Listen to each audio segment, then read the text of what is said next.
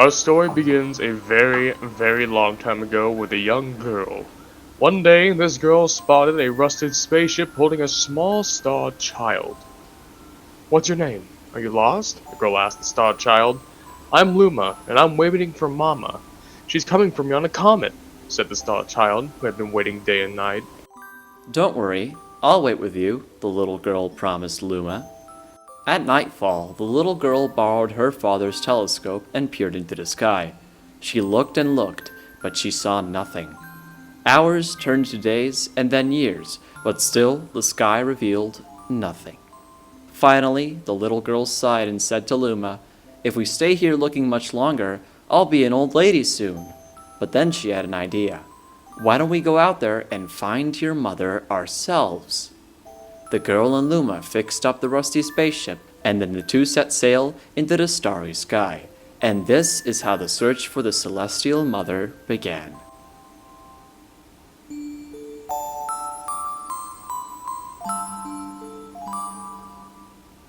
Days passed with no sight of the comet or even a single planet. Instead, asteroids extended as far for the eye could see. "If I had known it was going to take this long, I would have packed more jam," said the little girl, above the rumble of her belly. Before they left, she had packed all the essentials: telescope, butterfly net, stuffed bunny, bread, milk, jam, and an apricot-flavored tea. But I forgot to bring water. At this, Luma burst into gales of laughter, and the little girl began to pout. "As long as I have star bits, I'll be fine," said Luma. "Want some?" The little girl couldn't stay mad after hearing this. Luma continued to laugh. The little girl couldn't help but join in. "Alright, maybe just a nibble." Leaning far out of the ship, the pair began to collect star bits with the little girl's net. They almost fell out a few times, but they kept on collecting. The star bits tasted like honey.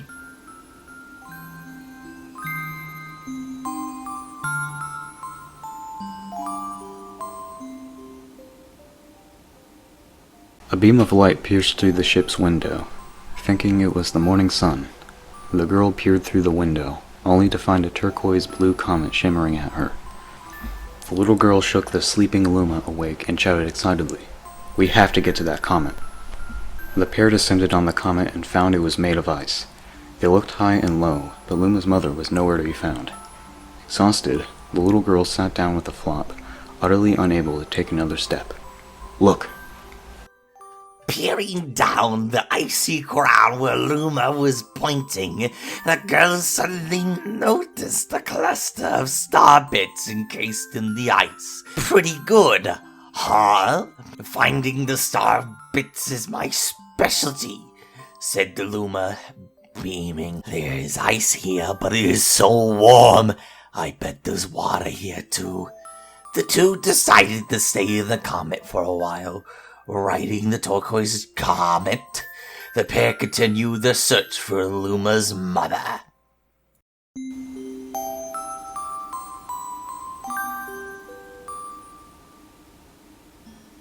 One night, the girl dreamed about her own mother. "Where are you going?" she asked her mother, retreating back.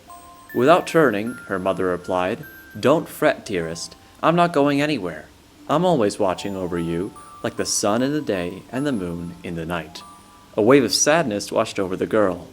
"What about when it rains, and I can't see the sun or the moon?" Her mother thought for a moment before responding. "I will turn into a star in the clouds and wait for your tears to dry." When she awoke, the girl's face was damp with tears. "You have star bits in your eyes," said Luma to the girl. Wiping her face, the girl replied, "These are tears, not star bits. I'm crying because I'll never see my mother ever again." At this, Luma began to cry too. "Mama! Oh, Mama! Wah!" The pair traveled through the starry skies, and though they encountered many other comets, not one of them held Luma's mother. Luma was despondent. Now, Luma! The rain clouds won't go away if you keep crying," the girl said, giving Luma a squeeze. "I'll give you a present if you stop." The girl closed her eyes and said gently, "I'll take care of you." With these words, she felt a small spark in her heart.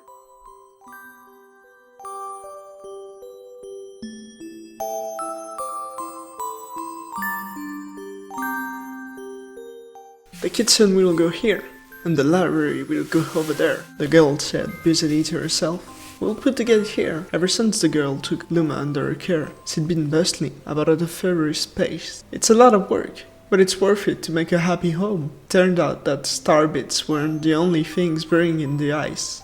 There were tools and furniture unlike any they had ever seen, and the girl used them to build a home. Looking at the completed house, Luma remarked, "Don't you think it's awfully big for just the two of us? With the library, bedroom, kitchen, fountain, and gate, it was certainly spacious. But still, something seemed to be missing.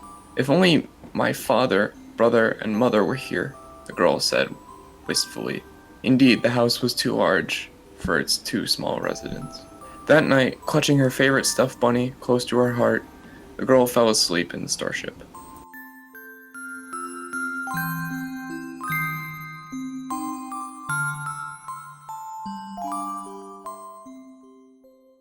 Then one day, while the girl sat sipping tea, a tiny apricot-colored planet appeared on the horizon. From the planet, another Luma of the same color emerged. "Do you two know each other?" the girl asked the two Lumas gleefully. Despite the girl's excitement, they seemed uneasy. The two Lumas neither drew closer nor backed away from each other. Instead, they just stared. Then one Luma broke the silence. "My mama!" At once, the apricot Luma parroted back. "My mama! My mama! My mama! My mama!" The two Lumas began to dance around the girl frantically, and neither showed any sign of stopping. The girl was so charmed by this adorable scene that she couldn't help but laugh, and that's when something very strange happened. Suddenly, more Lumas began to pop out from the apricot planet. They were different colors, but they all shouted the same thing. "My mama! My mama!" The sight of all the shouting Lumas only made the girl laugh harder. What am I gonna do with all these children? The Lumas just stared blankly as she doubled over laughing. "I guess we'll have to name each and every one of you." Tomorrow, once she had finished naming them all, she would begin moving all the Lumas into the new house. After seeing their 100th comet, a sudden thought popped into the girl's head. I wonder if my home planet is still as blue as it was. That's when she remembered her father's telescope. Peeking into the telescope, a tiny blue dot floated into sight. It was smaller than a starbit.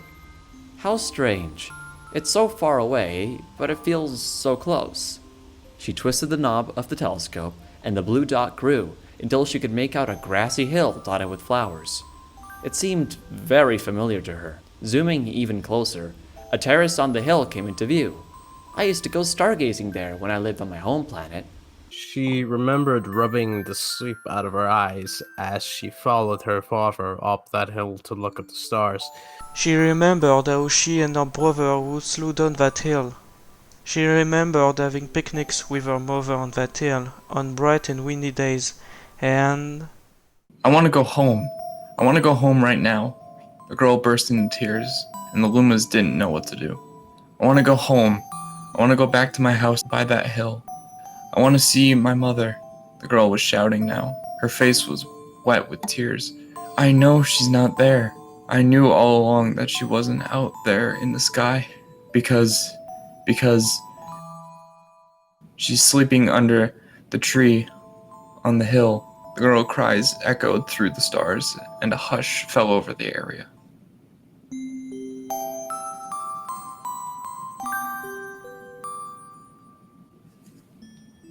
Though usually quite cheery, one day the girl became sad again. Luma drew close and tried to comfort her. "Mama, you still have me, and don't be sad about your mama, because she's a part of you. That means she's always close by.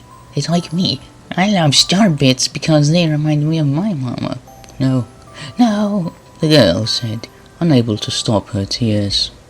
A lonely look flickered across Luma's face, but it was soon replaced by a wide grin.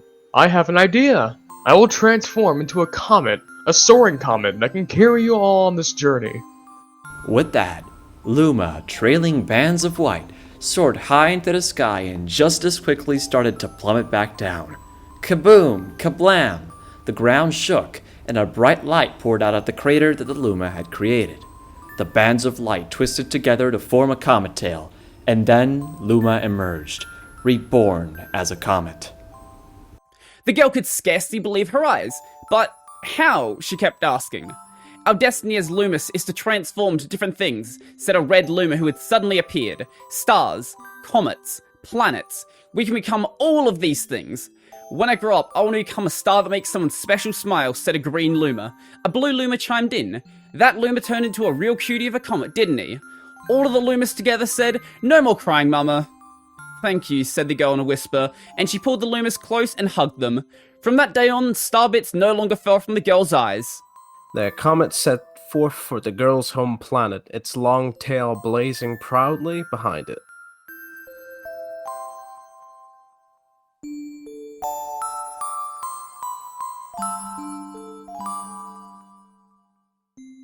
With its many Lumas and the telescopes, the comet was quite a sight to behold. The little girl and the Lumas were proud to call it home.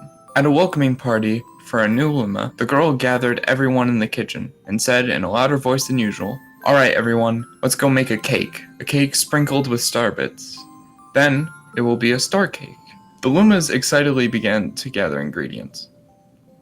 As she watched the Lumas scurry about, the girl smiled and thought to herself, "This is my family now, and I will stay with them until they are ready to leave the nest. And when they do leave, I'll see them off with a smile, because that's what makes a mother happiest."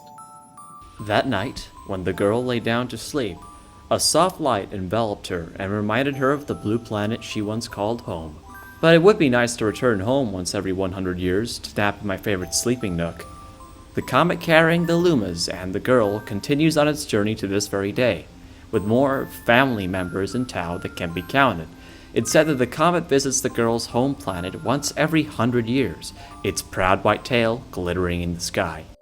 The end. The end. The end. The end. The end. The end. The end. The end.